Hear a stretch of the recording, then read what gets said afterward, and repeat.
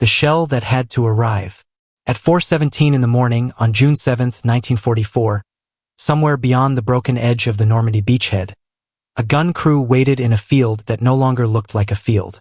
The grass had been crushed into mud. The hedgerows were torn open by shellfire. Smoke drifted low between the trees, carrying with it the bitter smell of cordite, wet earth, petrol, and something metallic that no one wanted to name. A British 25-pounder battery, Verify unit, had been firing through the night, answering German movement in the dark. The men around the gun were not thinking about history. They were not thinking about strategy. They were thinking about the next shell. The breech was open. The gun barrel still breathed heat. Somewhere ahead, beyond the black shapes of the hedgerows, German troops were moving again. Not in parade ground order. Not as lines on a map. They were shapes in the smoke, engines coughing, machine guns testing the dark, men trying to push the Allies back before the beachhead could become something permanent. A voice came through the field telephone, rough with static. More rounds. Now. No one had to explain what that meant. The battery had already fired more than planned. In war, plans are often the first thing to fall apart, and ammunition is usually the second. The gun crew had counted the remaining rounds twice. Then a third time, even though the number had not changed. Nearby, a truck appeared out of the darkness with its headlights hooded and its engine struggling through the mud. The driver stopped too hard.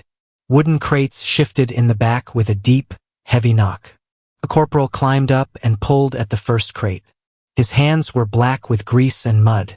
Someone cursed when a splinter tore through a glove. Someone else laughed once, too sharply, because fear sometimes escapes that way when men are too tired to hold it down. The crate opened. Inside was a shell that looked, at first glance, like every other shell. Cold metal, stamped markings, packing material, a faint smell of oil and wood. It had traveled farther than the men could see and longer than they had time to imagine. It had passed through a factory, an inspection bench, a packing station, a rail yard, a dock, a ship, a depot, another truck, and finally this field, in the black hour before dawn. The gun crew lifted it without asking who had packed it. They did not know the woman who had checked the markings. They did not know the woman who had watched the seal under a lamp and decided whether it was safe. They did not know the woman who had placed it in the crate with the care demanded by explosive metal moving toward war. They knew only this: if it failed, there might not be time for another. They slid the round toward the gun. The loader's breath was visible in the cold morning air. The layer glanced downrange, where the muzzle pointed toward a darkness full of movement. The order came. The lanyard was pulled. The gun fired. For a fraction of a second, the world became orange-white. The barrel jumped. Smoke rolled over the crew. The shell disappeared into the sky, toward men who had no idea where it had been born. They believed the front began here, in mud, smoke, and fear, where soldiers fired and died and advanced by yards. But what really happened was more complicated.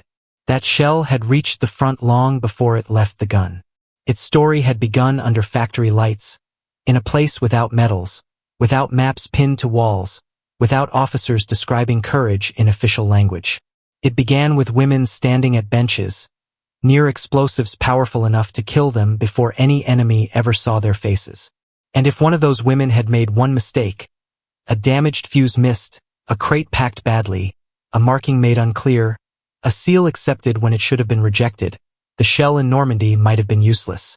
Or worse, it might have killed the wrong men. That was the part few soldiers had time to think about. Every battlefield depends on things that happen far away from the battlefield. Every army remembers the men who fire the guns. Fewer remember the hands that made sure those guns had something to fire.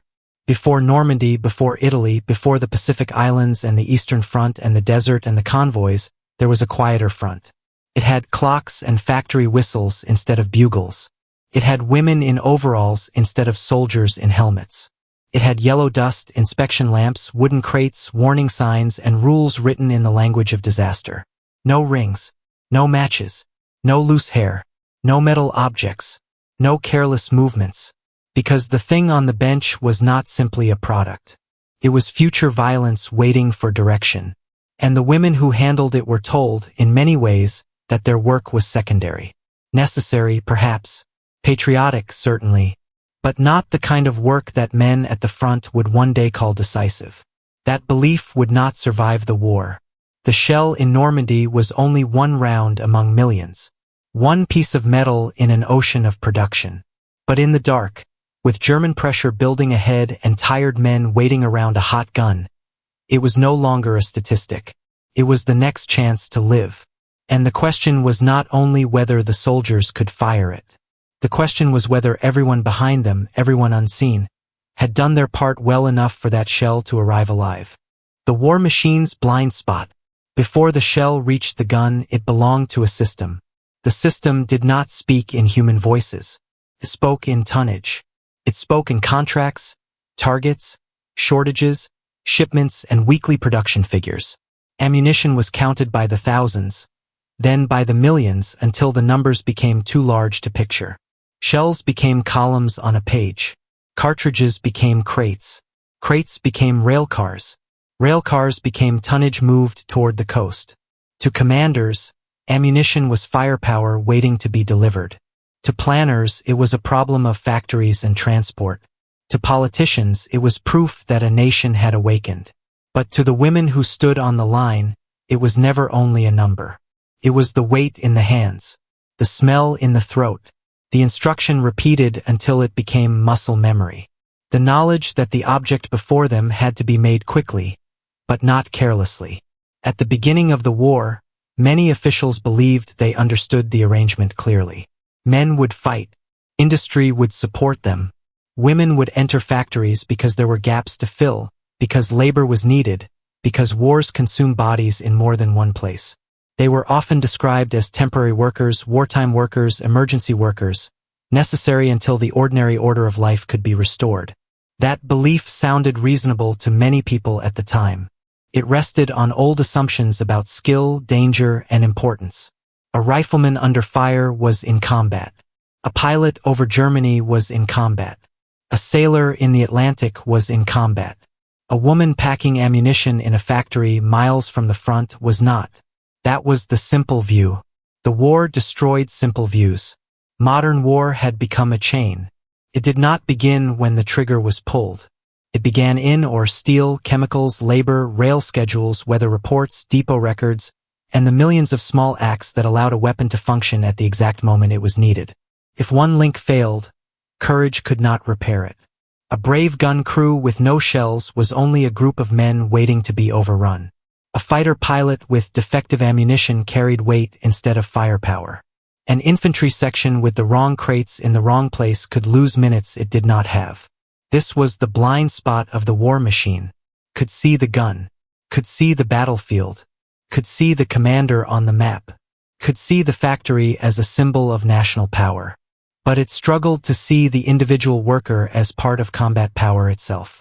And yet, by 1942 and 1943, women in Britain, the United States, Canada, the Soviet Union, and other allied nations were doing work that no army could ignore. They filled shells, packed cartridges, assembled components, inspected fuses, loaded crates, checked markings, worked night shifts under blackout regulations, stood for hours under harsh lights, their fingers sore, their clothes carrying the smell of chemicals home with them. In Britain, some munitions workers handled TNT and other compounds that left yellow stains on the skin. The nickname came quietly, almost bitterly, Canary Girls. It sounded light, almost affectionate, but the reality behind it was not light. It was poison absorbed in small doses, shift after shift. It was headaches, nausea, skin changes, fatigue, and fear that could not always be spoken aloud because the country needed output. In America, the scale was enormous. The war plants grew across landscapes that had once known farms, towns, empty lots, and quiet roads. Women who had never imagined themselves inside heavy industry found themselves standing beside machines that fed a global war. Some had husbands overseas. Some had brothers in uniform. Some were barely old enough to understand the full shape of what they were making. Some understood too well. The war posters showed confidence. smiling women, rolled sleeves, clean slogans, strong hands serving victory. The factories were less polished. There were rules. There was noise. There was boredom, and then there was sudden danger.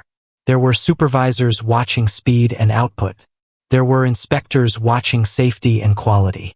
There were women who learned that repetitive work can become terrifying when repetition invites carelessness, and carelessness can travel all the way to a battlefield.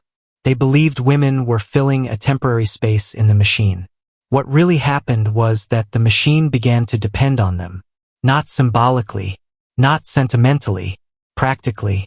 Ammunition work was not glamorous. It did not offer the visible drama of a tank duel or a bombing raid. But it demanded the kind of steadiness without which drama turns into defeat. A shell that leaves the factory wrong does not become right because a soldier is brave. A crate packed poorly does not become sound because the cause is just. A marking error does not correct itself in the mud. War is often remembered through decisions made at the top. But survival frequently depends on decisions made lower down, by people who do not appear in campaign histories. A woman at an inspection bench could stop a round from moving forward. She could slow production. She could anger a supervisor. She could be told she was being too careful. She could also prevent a gun from failing when men needed it most. That is a difficult kind of responsibility. It has no trumpet sound. It does not look heroic from a distance. It looks like someone leaning closer to the light and refusing to ignore what she sees. And by the time ammunition consumption reached its wartime scale, no army could pretend that packing, inspection, and movement were simple background tasks. The guns at the front were hungry. They were always hungry. Artillery, mortars, machine guns, aircraft, naval guns. All of them demanded a river of metal and explosive, flowing without pause. The front wanted firepower. The factory answered. But the answer had to be exact. Because in war, there is a cruel difference between 1,000,000 rounds produced and one round that works when the hand reaches for it. Hands near the explosives. Inside a munitions plant, danger did not always announce itself. It did not always come with sirens or flames or collapsing walls. Sometimes it sat quietly on the bench. Sometimes it gathered as dust on the skin. Sometimes it was hidden in a rule repeated so often that the reason behind it almost disappeared. Do not bring matches inside. Do not wear metal hairpins. Do not drag tools. Do not rush. Do not assume.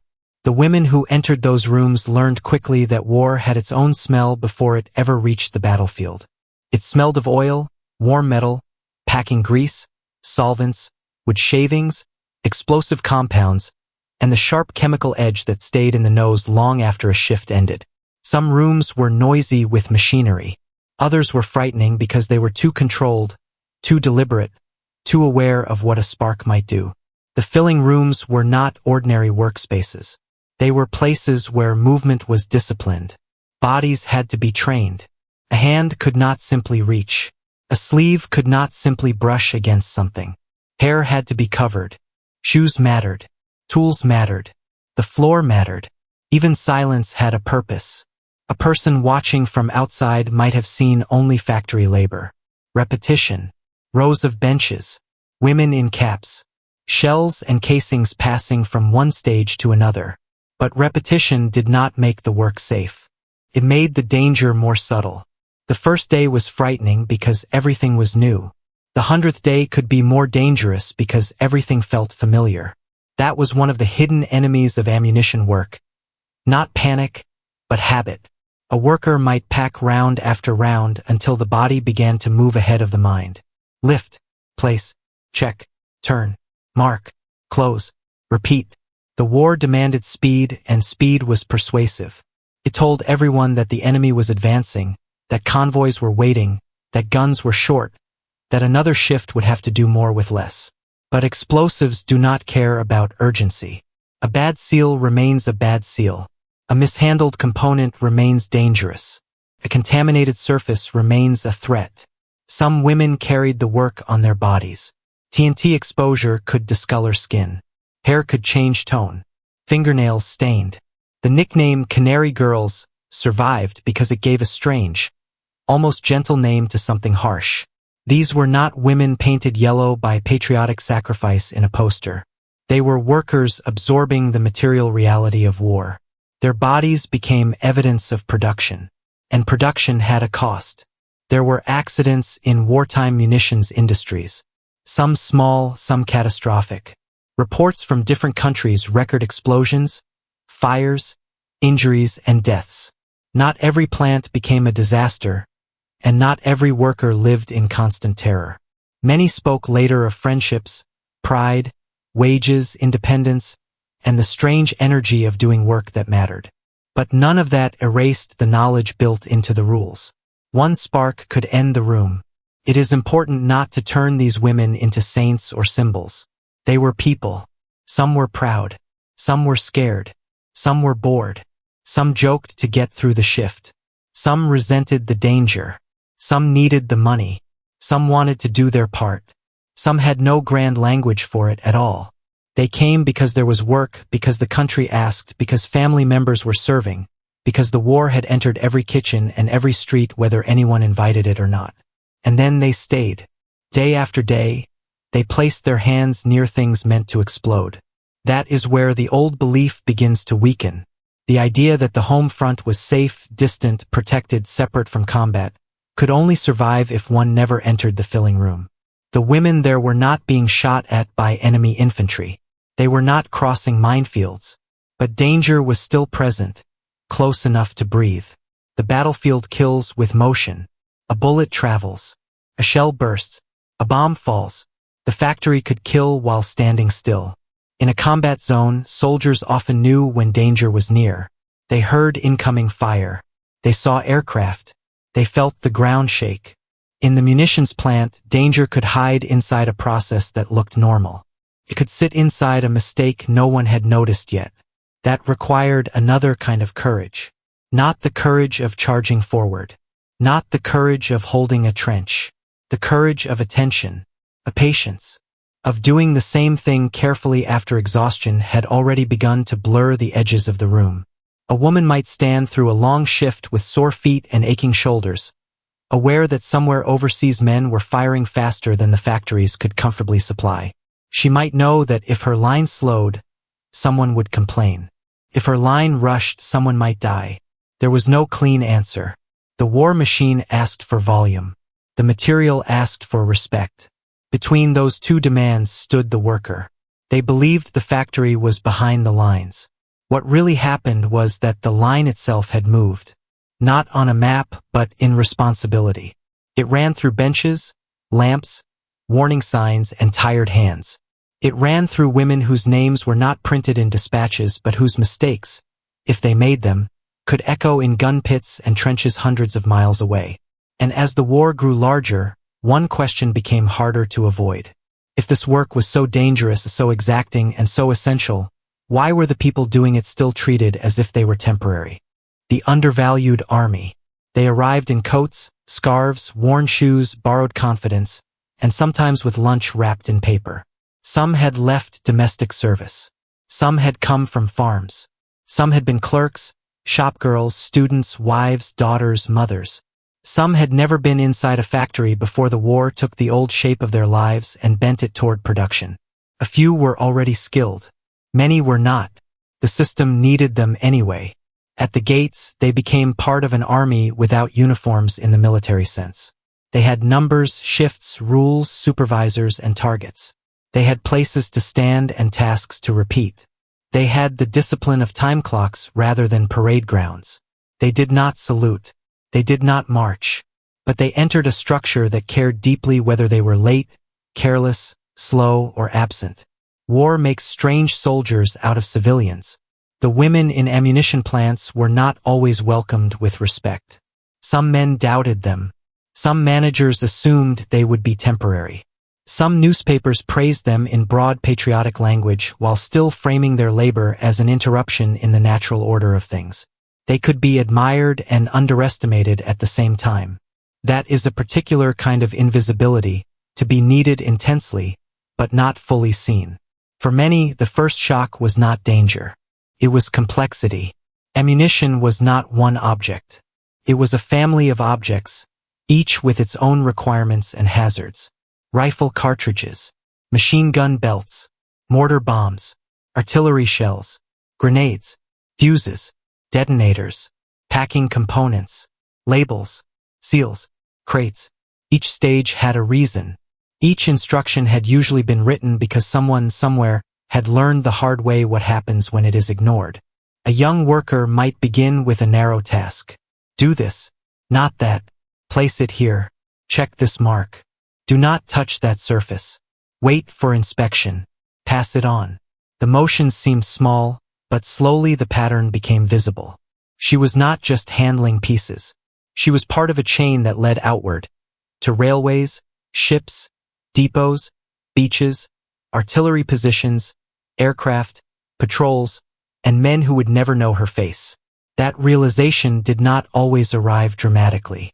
It might come from a letter, a brother writing home from North Africa, saying the guns never stop, a husband mentioning shortages without complaint, a newspaper report about an offensive stalled by supply problems, a casualty notice pinned silently into family life. Then the work on the bench changed. The shell was no longer anonymous. Someone might need it. A woman did not have to imagine herself heroic to feel the weight of that. She only had to understand that a careless hand could travel. There is an old way of telling war stories that makes courage loud. It puts courage in charges, last stands, desperate radio calls, pilots staying with burning aircraft. Those stories matter. But courage also has quieter forms. A woman noticing a flaw and refusing to pass it on. A supervisor taking the anger of higher output demands because something feels wrong. An inspector trusting her eye when fatigue tells her to let it go. A worker returning after an accident because the line cannot afford to stop. They did not call it courage. They called it the job. Inside the factory, relationships formed under pressure. Women learned from one another, watched one another, warned one another. A new girl might be corrected sharply, not out of cruelty, but because the old hands knew what the rules were guarding against. A mistake could harm everyone. So the factory developed its own battlefield language. Short instructions, glances, routines, silences that meant stop. There were jokes too. There had to be. People cannot live inside strain without finding small vents for it. They laughed in lunchrooms, shared cigarettes outside approved areas, complained about supervisors, wrote letters, compared stains on their hands, counted wages, worried about rationing, and wondered when the war would end. Their ordinariness is what makes the story matter. They were not built differently from everyone else. They were ordinary people placed beside extraordinary danger and told to keep working carefully. The military mind often values visible force. A tank has presence. A bomber has size. A battleship has authority. A shell crate does not look dramatic until the guns run dry. A packing worker does not look decisive until a damaged round fails in combat. The undervalued army of women existed in that gap between appearance and consequence. They were easy to overlook because their success looked like nothing happening. No explosion in the factory. No misfire at the gun. No delay at the front. No panic over the wrong crate. No headline. Reliability is rarely dramatic when it works. But war punishes unreliability immediately. They believed these women were filling spaces left empty by men. What really happened was that many of them learned to see the war from a place commanders often ignored. The point where a small mistake begins its journey. They understood, sometimes better than distant planners, that victory depended not only on producing more, but on producing correctly. And that understanding would soon collide with the one demand every war makes when fear rises. Faster. More. Now. The small defect that could kill. Under the inspection lamp, a defect could look almost innocent. A dent small enough to miss. A seal that did not sit quite right. A marking that could be misunderstood when mud, smoke, and panic took over. A crate lid not fastened as cleanly as it should be. A fuse component that looked acceptable to a tired eye, but not to a careful one. The woman at the bench had only seconds to decide whether the object before her should continue toward war. That was the quiet power of inspection. It was also the pressure. To stop around was to interrupt the flow. To question a component was to slow the line. To reject something meant paperwork, possible irritation, maybe a supervisor asking whether she was certain. And certainty is not always easy when the difference between safe and dangerous is measured in small marks on metal. But the front did not forgive small errors. A shell is a promise made in metal. Promises the gun crew that it will fit. Promises the battery that it will fire. Promises the infantry waiting ahead that support will arrive when called. It promises the men handling it that it will not detonate before it should. A defective round breaks that promise. Sometimes the failure is merely uselessness, though in combat uselessness can be deadly. A dud shell lands and does nothing. A mortar bomb fails to fire.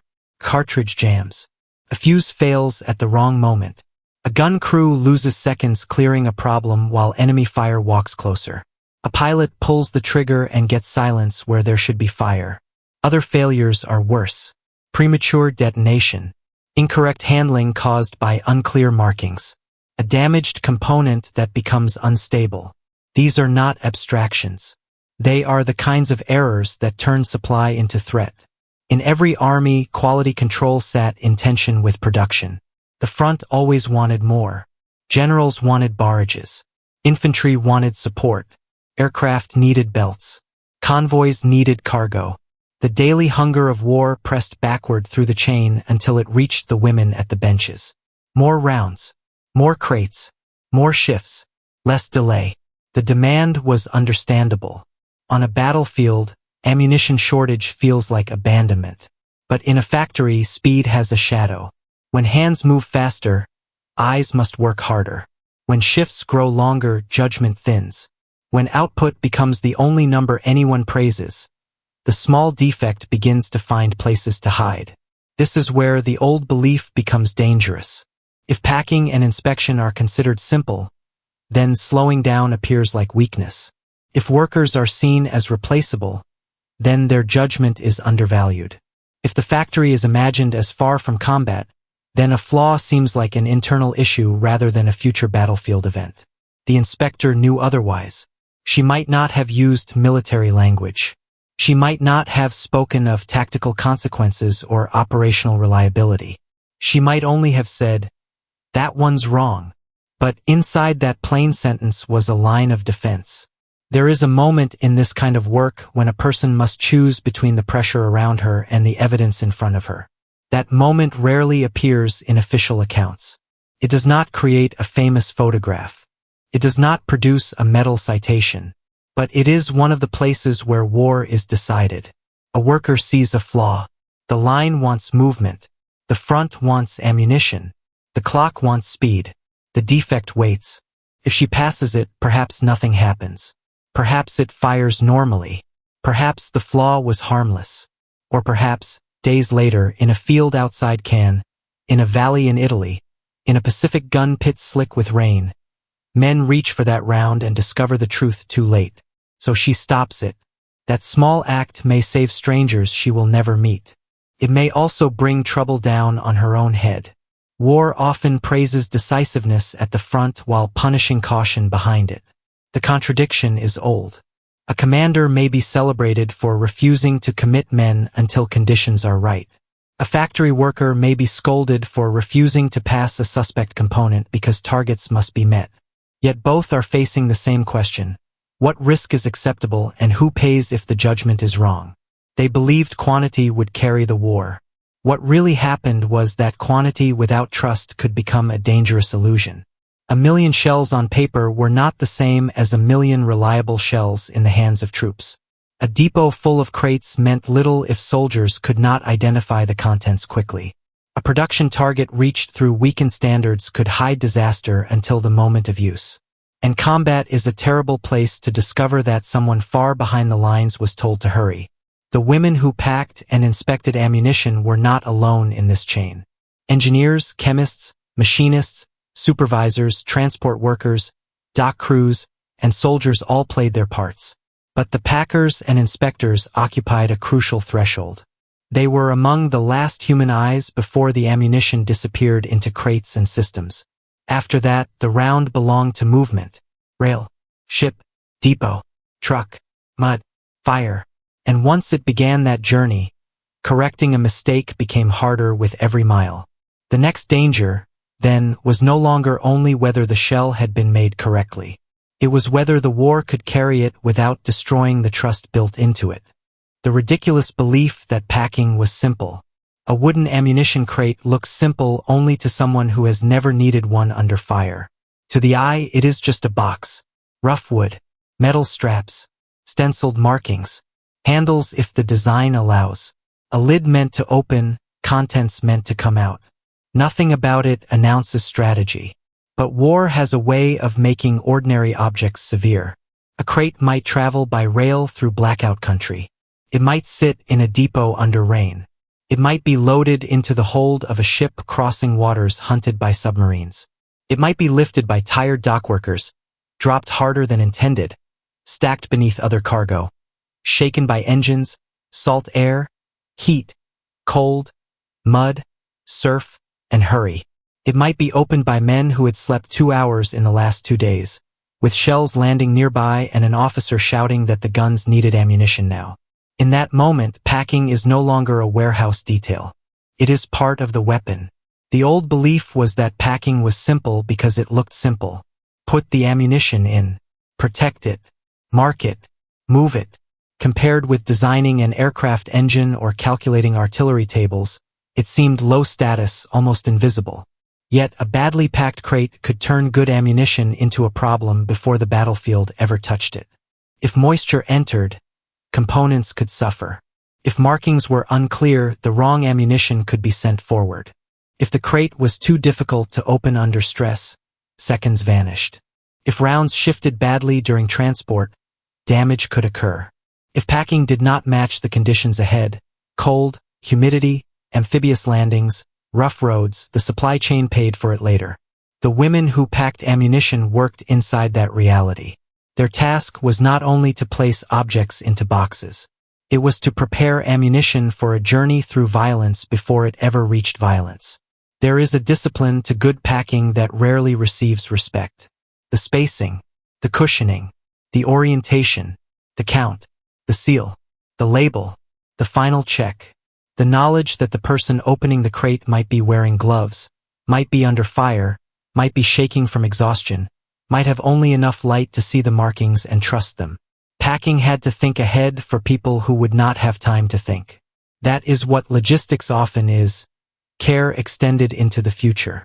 In wartime, the future was rough. Consider the Allied movement toward Europe. Ammunition prepared in factories had to survive transport to ports, loading onto ships, the sea crossing, unloading into chaotic beachheads or captured harbors, storage in forward dumps, and distribution to units that were constantly moving, firing, losing vehicles, changing plans. Normandy showed this brutally. A beachhead is not a neat doorway into a continent. It is congestion, weather, wreckage, enemy fire, traffic jams, damaged roads, misplaced cargo, and exhausted men trying to impose order on a landscape still trying to kill them. In the Pacific, distance created its own cruelty. Ammunition might travel across vast ocean spaces to islands where heat, humidity, coral dust, and rain punished every weakness in packing and storage. A crate that seemed adequate in a warehouse could fail in a tropical supply dump. A marking system that seemed clear in daylight could become confusion under monsoon weather and enemy bombardment.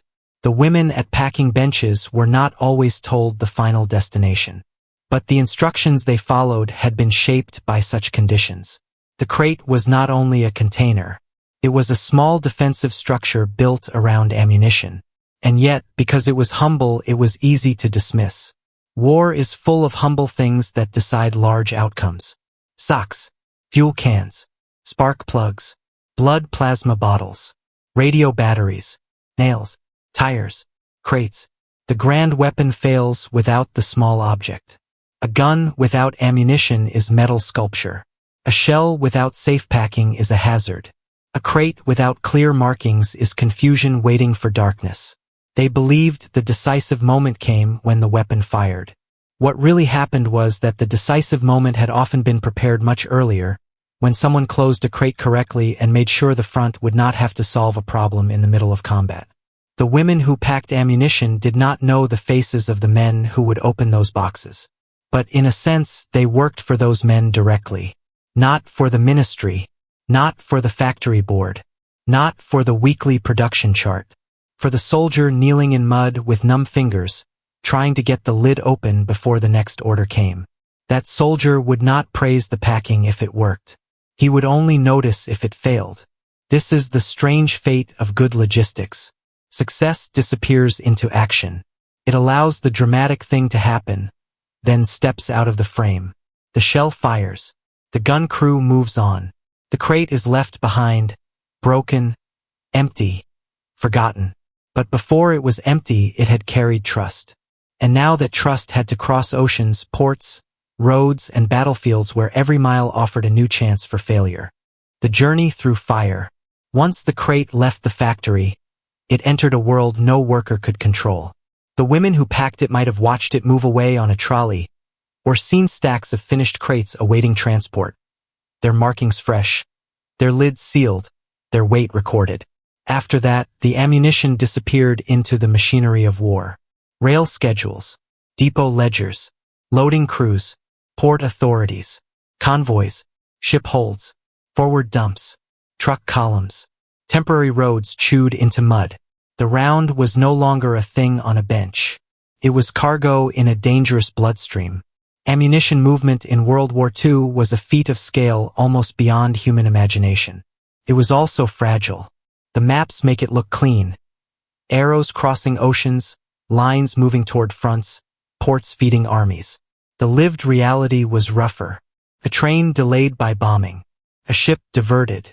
A harbor congested. A depot mislabeled. A road blocked by wrecked vehicles. A truck stuck axle-deep in mud while artillery units ahead counted rounds.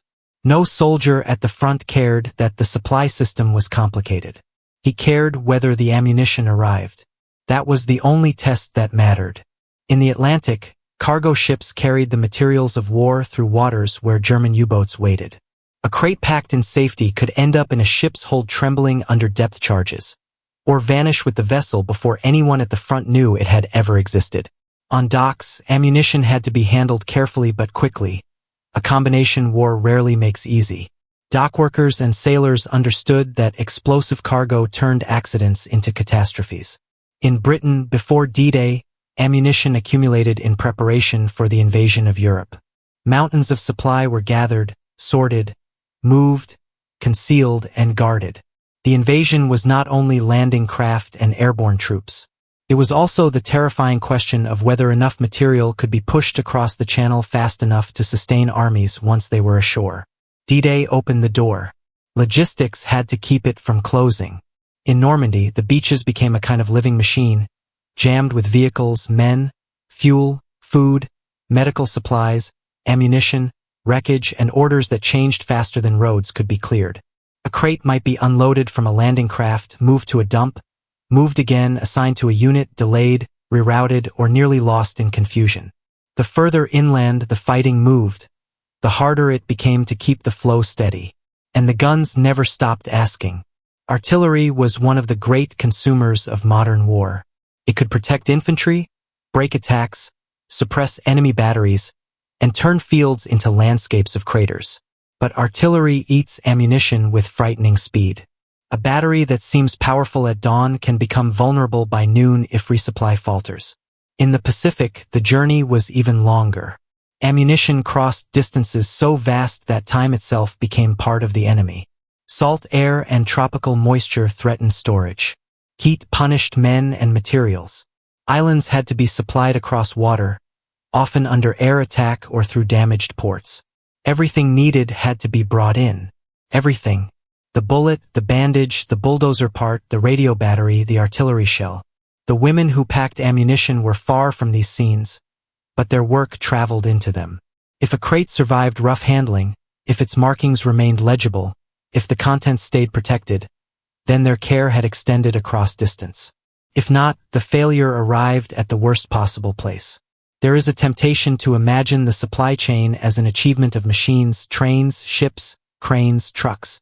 Machines mattered. Without them, industrial war collapses. But machines carried human decisions. Someone loaded the crate. Someone recorded it. Someone checked it.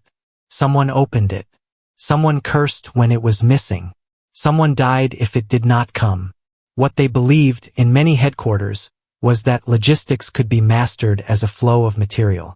What really happened was that the flow was always under attack, by enemy action, whether geography, exhaustion, confusion, and human error. The crate had to survive them all. By the time ammunition reached a forward position, it had already passed through a war of its own. It had survived the factory, the packing process, the rail line, the port, the ship, the depot, the truck, the mud, and sometimes enemy fire before the first soldier lifted it toward a gun. That is why the moment of opening mattered. In a field, on a beach, in a ruined town, or beside a gun pit cut into wet earth, men opened crates with urgency. They did not want surprises. They wanted the right round, in usable condition, immediately. They wanted the unseen world behind them to have done its work. Most of the time, when things worked, no one paused. The lid came off. The round came out. The gun fired. But in those ordinary motions, the hidden chain became visible for an instant. The women at the packing benches were not present, but their decisions were. Their precision had crossed oceans. Their care had entered combat. And now, under fire, the ammunition would face its final examination. Not by inspectors, by battle. The test under fire. The first round went out clean. No one said anything about it. That is how trust often appears in combat, as silence. The gun crew had no time to admire reliability. The layer adjusted. The loader reached again. The breech opened, closed, locked. Another order. Another pull. Another flash. The gun slammed backward and returned. The crew moved with the automatic rhythm of men who had done the same thing too many times and still knew that one mistake could cut them apart.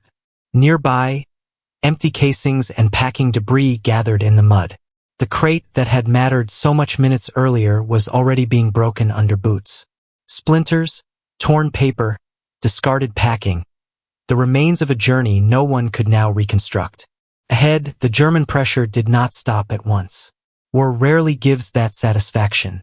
The shells landed somewhere beyond the hedgerow, then more followed. A barrage is not a single blow. It is insistence. It tells the enemy that movement has a price. It tells friendly infantry that they are not alone. The gun crew kept firing. This was the point at which the hidden labor became battlefield reality. If the ammunition had been damp, damaged, mislabeled, delayed, or defective, the crew would have learned it here. Not in a report, not in a training room, not while there was time to correct it. They would have learned it while enemy movement pressed toward them and officers demanded fire. A battlefield does not care why something failed. It only uses the failure. The same truth appeared in many forms across the war. An anti-aircraft battery waiting for aircraft to break through cloud cover. A mortar team in Italy trying to respond to a German position hidden beyond stone walls. A destroyer crew handling ammunition at sea. Infantrymen feeding belts into machine guns as the barrel heated and the air filled with dust. Everywhere, ammunition had to do what it had promised. The men using it often believed their survival depended on courage, training, and weapons. They were not wrong, but they were incomplete. Courage cannot fire an empty gun. Training cannot make the wrong round fit. A weapon cannot overcome a supply chain that has failed at the point of need. The soldier's moment of action rested on countless earlier moments of care. In Normandy, ammunition consumption strained the Allied system almost immediately. The invasion was massive, but mass creates appetite. Every yard inland demanded more. Every German counterattack required response. Every artillery plan consumed shells. Roads were crowded. Weather interfered. Units moved faster or slower than expected. The front changed shape and the supply chain tried to keep up. A soldier at the gun did not see this whole picture. He felt it as waiting. Waiting for the truck. Waiting for the crate. Waiting for the next round. And then, when it arrived, he felt it as relief so immediate it left no room for gratitude. One can imagine the loader in that Norman field. Hands numb, ears ringing, smoke stinging his eyes. He does not ask whether the shell was packed by a woman named Margaret, or Helen, or Elsie, or Mary, or by someone whose name never survived in any record. He does not wonder whether she stood under a lamp for 10 hours or whether her brother was in uniform or whether TNT had stained her skin. He only knows the shell is there. That is both the power and the tragedy of this story.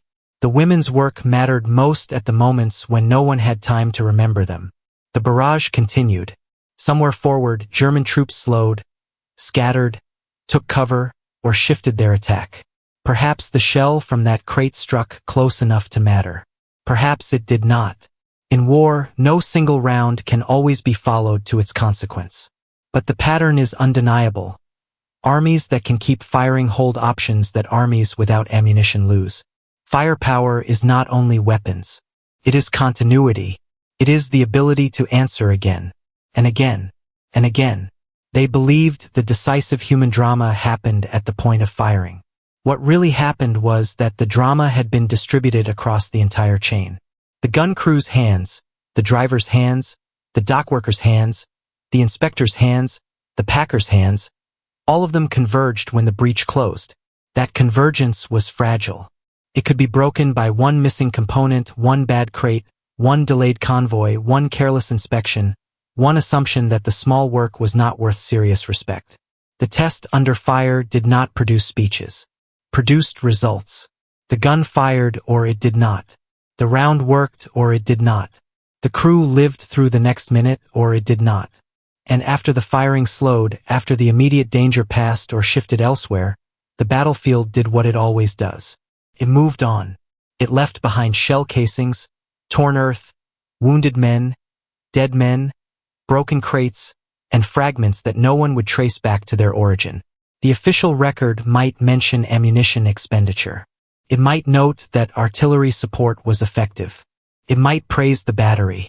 It might record the enemy attack as repulsed. It would probably not mention the women. But the arithmetic of survival had already included them. The mathematics of survival. War turns human fear into numbers because numbers are the only way headquarters can manage scale. Rounds per gun. Tons per day. Shells per barrage. Trucks required. Ships loaded. Crates delivered. Losses expected. Ammunition remaining. On paper, these figures look cold. They have to. A staff officer cannot run an army by emotion alone. A front needs calculations. How much ammunition does an artillery regiment require for a day of heavy fighting? How many rounds can be moved by road under current conditions? How many ships can unload before weather changes? How much reserve should be held back? How much can be spent now without starving tomorrow? These were not minor questions. They shaped operations. But numbers become dangerous when they stop representing lived reality. A commander might see shortage as a line in a report. A gun crew sees it as the last crate. A factory planner might see rejection rate as a production concern. An inspector sees it as the moment she decided not to pass a defective round. A transport officer might see delay as a schedule problem. Infantry under attack feels delay as exposure. What matters is not only the number. What matters is what the number reveals. A single artillery battery could fire hundreds of rounds during intense action, depending on gun type, mission, supply, and tactical need. Larger barrages consumed ammunition at rates that strained even powerful industrial nations. In campaigns like Normandy, ammunition demand became a constant pressure. Every offensive plan had to consider whether the shells could be supplied. Every defensive crisis raised the question of how long the guns could maintain fire. The women packing ammunition were part of that arithmetic, though rarely named inside it. If one worker packed hundreds of rounds in a shift, and thousands of women worked across plants, then the scale becomes almost impossible to personalize. Millions of rounds, millions of movements, millions of chances for correct work, and millions of chances for error. Industrial war depends on repetition, but survival often depends on individual repetitions being done correctly. One bad round among thousands may seem statistically small until it reaches the one-gun crew that needed that round at that second. That is the moral weight hidden inside wartime production figures. Large numbers can make individuals vanish. Yet the war was experienced individually. One man under fire. One woman at a bench. one driver in a convoy, one officer staring at a map that no longer matched the ground, one family waiting for news. In ammunition work, the mathematics were brutal because they joined volume to precision. Producing more was essential. Producing more badly was dangerous. Producing perfectly but too slowly could leave units exposed. Producing fast and carefully required discipline not only from workers, but from the entire system around them. The pressure was not evenly shared. Headquarters asked for supply. Factories asked for output. Supervisors asked for speed. The material asked for caution. The worker stood where those demands met. Consider the cost of minutes. In combat, a few minutes can decide whether a counterattack breaks through, whether wounded men can be carried out, whether a position holds until reinforcements arrive. Ammunition that arrives 10 minutes late may still be entered into the records as delivered. The men who needed it may not be alive to care. Consider the cost of confusion. A crate marked poorly might not destroy a campaign, but it can slow a crew under pressure. The wrong ammunition in the wrong place creates friction. Friction in war is never neutral. It accumulates. It becomes delay. Delay becomes vulnerability. Vulnerability becomes casualties. Consider the cost of trust. If soldiers doubt their ammunition, every action changes. A gun crew that has experienced misfires handles rounds differently. A pilot who cannot rely on guns loses confidence in attack. An infantryman who has seen grenades fail hesitates. War already gives men enough reasons to fear. Faulty equipment adds another. The mathematics of survival, then, were not abstract. They lived in the relationship between the unseen worker and the unknown soldier. A shell packed correctly did not guarantee survival. Nothing did. Men died with good ammunition in their hands. Units were overwhelmed despite adequate supply. Battles turned on weather, intelligence, leadership, terrain, luck, and the enemy's will. It would be false to claim that ammunition workers alone won engagements. But it would be equally false to pretend they were peripheral. They were part of the reason firepower could become real at all. They believed the war could be measured by weapons produced and battles won. What really happened was that the true measure ran deeper. How many times did something work when fear, fatigue, distance, and violence tried to make it fail? That is a harder number to record. It does not fit easily into official memory. It is found in a shell that fires as intended, in a crate that opens quickly, in a gun crew that receives the right ammunition before the line breaks, in the absence of a disaster that would have been remembered only if someone behind the lines had made a mistake. The women who packed ammunition lived inside this invisible mathematics. Their success was often silent. Their errors, if they came, could be loud enough to kill. And the cost of that responsibility did not disappear when the shift ended. It followed them home. The human cost behind the crates. At the end of a shift, the body knew what the posters did not show. Feet swollen from standing. Eyes sore from lamps and concentration. Hands rough from handling materials that were never meant to be gentle. Clothes carrying the smell of the plant. Hair tucked back for hours until the scalp ached. A tiredness that did not feel like ordinary tiredness because it came with the knowledge that tomorrow the line would still be waiting. The women went home into a world still at war. Some returned to children. Some to parents. Some to rooms shared with other workers. Some to letters from men overseas, if letters had come. Some to silence, which could mean nothing or could mean the thing every family feared. The war did not separate factory labor from emotional life. It braided them together. A woman might pack shells in the morning and read news of a battle at night. She might wonder whether the ammunition from her plant had gone there. She might hope it had. She might fear what that meant. She might have a brother in the infantry, a husband at sea, a cousin in the Air Force. The object on her bench was both protection and destruction, depending on which side of the barrel one stood. That is one of the moral burdens of munitions work. It is necessary in war, but necessity does not make it light. The women were helping defeat regimes that had brought destruction across continents. They were supporting soldiers who needed ammunition to survive. They were part of national defense. But the work still involved making instruments of death. A mature war documentary should not pretend this is simple. The shell that saves one gun crew may kill another group of men who are also cold, frightened, and far from home. To respect the women's labor is not to romanticize war. It is to understand that survival often demands grim work from people who never chose the larger catastrophe. Some paid with health. Exposure to explosive compounds and industrial chemicals could leave marks that lasted beyond a shift. Some suffered from toxic effects. Some worked through conditions that would later be judged more harshly than they were at the time. Medical knowledge existed, but wartime urgency often narrowed what institutions were willing to confront fully. Some paid through danger. Munitions plants could explode. Accidents could kill workers far from any front line. When such disasters happened, the language of war often absorbed them quickly. Sacrifice, duty, production must continue. These words were not always false, but they could also be used to move past grief too quickly. A woman killed in a factory explosion did not die in uniform at the front, but she died in the service of the war effort. Her family still received the knock, the message, the absence. The kitchen chair was still empty. Others survived physically but carried memory. The rules, the smell, the pressure, the fear of mistakes, the knowledge of what they had handled. These did not vanish because the shift whistle blew. Many workers later remembered the pride. They also remembered the strain. Human beings are capable of holding both. There was pride in wages earned, skill learned, independence discovered. The war opened industrial spaces to women in ways that would have seemed unlikely before. Some found confidence there. Some found friendship. Some found that they were capable of work society had told them was not theirs. But pride existed beside exhaustion. And after the war, the balance shifted again. Men returned.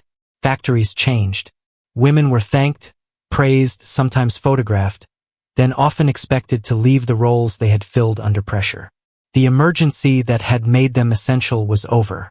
The old assumptions began to return, not always with the same force, but with enough force to push many back into invisibility. That is one of the quieter injuries in the story. To be needed urgently, then remembered vaguely. During the war, a woman's careful hands might be part of keeping an army alive. Afterward, her work could be reduced to a general phrase. Women did their bit. It sounds respectful on the surface, but it flattens the labor. It hides the skill, danger, discipline, and consequence inside a comforting summary. They did not simply do their bit. They stood near explosives and made themselves precise. They worked through fear because the front was hungry. They carried the contradiction of making death so that others might live. They believed, or were told to believe, that once victory came, the meaning of their work would be understood. What really happened was more uneven. Some were honored. Some were remembered by families. Some appeared in oral histories, local archives, museum exhibits, factory records, and memorial plaques. But many passed back into private life with their wartime labor folded away like an old uniform no one had officially issued. The men at the front had seen what ammunition meant when it arrived. The women behind the crates had known what it cost before it got there. Between those two truths lay a silence that post-war memory did not rush to fill. And when the guns finally stopped, another question remained. Would history remember the hands that had kept them firing? Recognition that came too late. Peace is not the same as remembrance. When the war ended, the world wanted return. Soldiers came home if they were alive. Factories reduced production, changed purpose, closed lines, or shifted back to civilian goods. Streets filled with celebration, grief, exhaustion, and the strange uncertainty that follows years of total mobilization.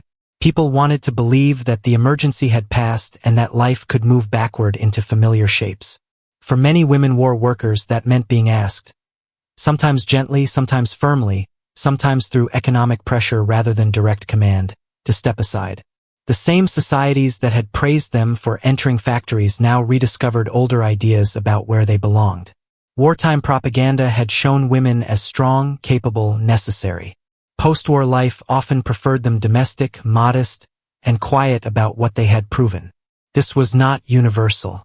Experiences differed across countries, classes, industries, and individual lives. Some women continued in industrial work. Some were proud to return home. Some had never wanted the factory life beyond the war. But the broader pattern is hard to miss. The urgency that had elevated women's labor did not always translate into lasting recognition. Official histories moved toward battles. That is understandable. Battles leave maps. Command decisions leave records. Generals leave memoirs. Weapons leave specifications. Units leave after-action reports. The drama is visible. The dead are counted.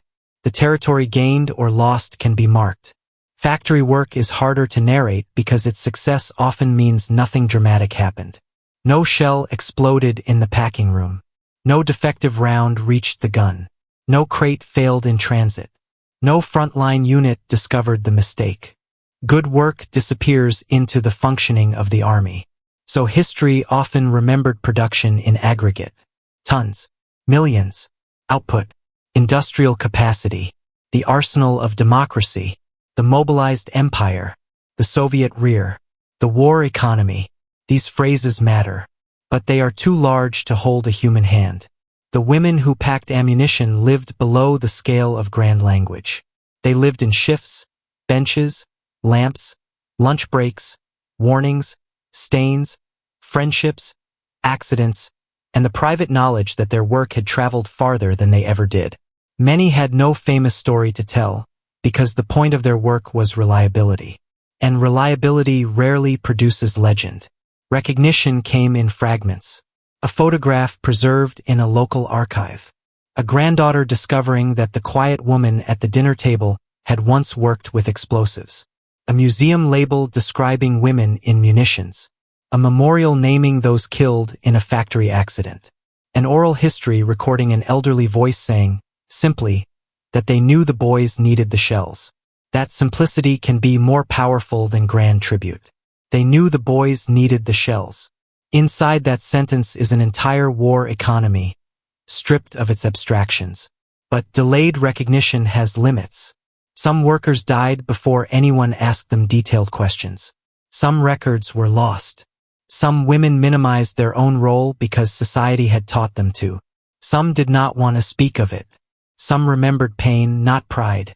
Some felt that the men who fought had suffered more and therefore said little about their own danger. Silence has many sources. The result is that the story of ammunition often remains masculine in public memory. The soldier firing it. The officer ordering it. The engineer designing the gun. The admiral moving convoys. The general planning barrages. All essential, but incomplete. They believed victory was produced by weapons, strategy, and battlefield courage. What really happened was that victory also depended on disciplined civilian hands, many of them women's hands, performing work that could not fail even though history might later forget it. This recognition does not require exaggeration. We do not need to claim that every battle turned on one packer, or that every woman in a munitions plant changed the course of the war individually. That would be false, and false praise is a kind of disrespect. The truth is strong enough. Modern war required a vast human chain. Women were crucial links in that chain. Their work made firepower reliable, transport possible, and battlefield action sustainable. Without them, production targets would have weakened, supply would have faltered, and the front would have felt the absence in the most direct language war knows. Silence from guns that needed to fire. The delayed realization is not only about fairness. It changes how we understand the war itself. If we look only at the moment of combat, we misunderstand power. If we look only at generals, we misunderstand decision. If we look only at machines, we misunderstand the people who made machines matter. The shell in Normandy did not appear by miracle. It was carried there by systems. And systems are made of people. Some wore uniforms. Some wore factory caps. Some were remembered by name. Some were not. The question, after all these years, is not whether their work mattered. The question is why it took so long to say so clearly. The hands that reached the front. Return to the field before dawn. The gun is still hot. The men are still tired. The mud still pulls at their boots. The air still tastes of smoke and metal. Somewhere beyond the hedgerow, The enemy is still real, still dangerous, still trying to find a weakness before daylight hardens the battlefield into something visible. The crate lies open now. It has already done its work. No one looks at it with reverence. No one has time. The lid is broken. Packing material spills into the mud. A marking on the side is partly smeared. The shells it carried are gone, lifted one by one into the rhythm of the gun. The men will remember the night in fragments, if they survive it. The flash, the orders, the sound of incoming fire. A friend's face lit for an instant by the muzzle blast. The ache in the arms. The fear that the next shell might land among them. They may remember the truck arriving. They may remember the relief of ammunition. They will almost certainly not remember the crate as a connection to someone far away. And yet it was. Months earlier, under factory lights, a woman had touched that journey. Perhaps more than one. One inspected. One packed. One checked. One marked. One moved it along. Their names may not be recoverable. Their exact faces may be lost among thousands of workers photographed in rows, standing beside shells stacked higher than their shoulders. But anonymity does not mean absence. Their labor was present in the moment the gun fired. It was present in the dry round, the clear marking, the intact packing, the trust that allowed tired men to move quickly. It was present precisely because no one noticed it. That is how careful work often survives. Not as applause, but as function. The front line is usually imagined as a place. A trench. A beach. Cockpit. A deck at sea. A street in a ruined city. But the Second World War stretched the meaning of the front until it ran through factories, farms, rail yards, hospitals, code-breaking rooms, shipyards, and homes where telegrams arrived. The women who packed ammunition did not stand where the shells landed. They stood where the shells began their final identity. Before their hands, the ammunition was material and process. After their hands, it was ready to move toward consequence. That is a heavy thing to say plainly. War asks ordinary people to become part of consequences they cannot fully see. A woman packing a shell did not know whether it would save an infantry company, destroy an enemy gun, miss its target, sit unused in a depot, sink with a ship, or kill frightened men wearing another uniform. She could only do the work correctly. That was the boundary of her control. There is dignity in recognizing that boundary. Not every person in war chooses the war. Most inherit it. They wake up inside decisions made elsewhere and are told what must now be done. Some fight, some heal, some build, some carry, some pack ammunition and learn that precision can be a form of responsibility. They believed the front began where the guns were fired.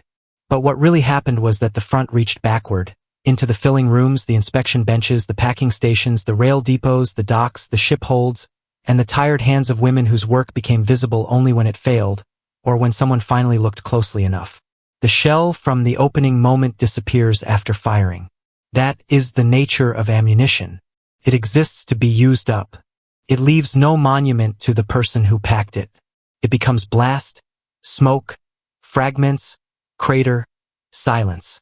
Then the gun crew reaches for another, and another, and another. Somewhere in that repetition lies the scale of the forgotten work. Not one shell, millions. Not one woman, countless women across nations and fronts, separated by language and uniform and politics, joined by the same industrial truth. Armies cannot fight on courage alone. They fight on supply. They fight on reliability. They fight on the unseen promise that what reaches the hand will work. The old histories often preferred cleaner images. Men advancing, flags rising, aircraft crossing the sky, tanks pushing through smoke. Those images deserve their place. But behind them stood quieter images. A woman under a factory lamp, turning a shell slightly in her hands. Another closing a crate. Another checking a mark. Another stepping back from the bench at the end of a shift with yellow dust on her skin and no certainty that anyone would remember. They believed ammunition was made behind the lines. But what really happened was that every round carried the front with it before it ever arrived. Not perfect, not glorious, not free of cost. Real. And in war, reality is the only argument that survives. Final CTA. If you are watching from a place where your family lived through the war, on the front, in the factories, at sea, in the air, or at home waiting for news, share where you are watching from in the comments. If someone in your family served, worked, built, nursed, transported, or simply endured those years, their story belongs to this larger memory too. And if you want more forgotten World War II stories told with the seriousness they deserve, subscribe to WW2 Combat Files. Here, we look beyond what they believed and follow what really happened.